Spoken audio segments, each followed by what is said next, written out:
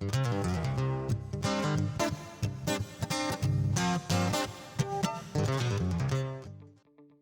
tol adalah jalan umum yang merupakan bagian sistem jaringan jalan dan sebagai jalan nasional, di mana setiap jalan memiliki batas kecepatan paling tinggi yang ditetapkan secara nasional.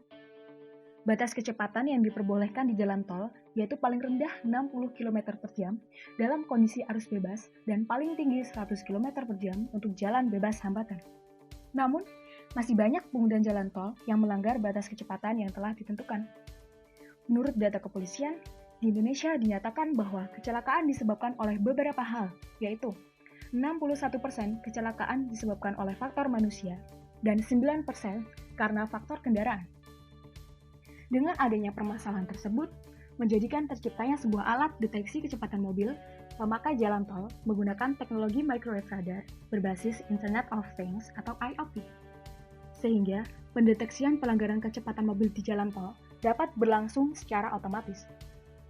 Pada sisi hardware, menggunakan reader PN532 sebagai pembaca ID Smart SIM, Arduino Nano V3 sebagai mikro, dan LoRa RA02 SX1278 sebagai modul transmisi data dengan jarak jangkauan maksimal 15 km.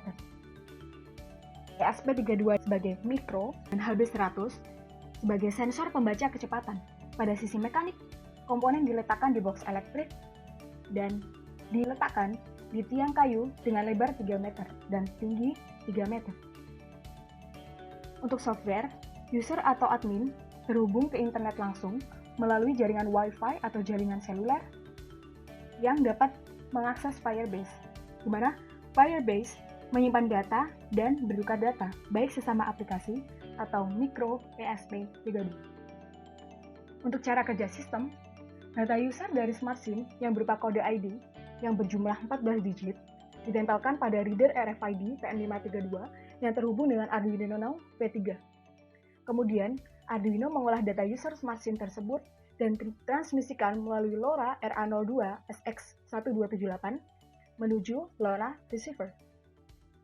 Di mana, pada sisi receiver, terdapat sensor kecepatan HB100 yang mendeteksi kecepatan mobil user yang melintasi area Doppler sensor, kemudian data kode ID user yang melintas, dan kecepatan kendaraan ditransmisikan ke node MCU ESP32 yang berfungsi sebagai modul Wi-Fi untuk mengirim data ke internet yang kemudian disimpan ke dalam database Firebase.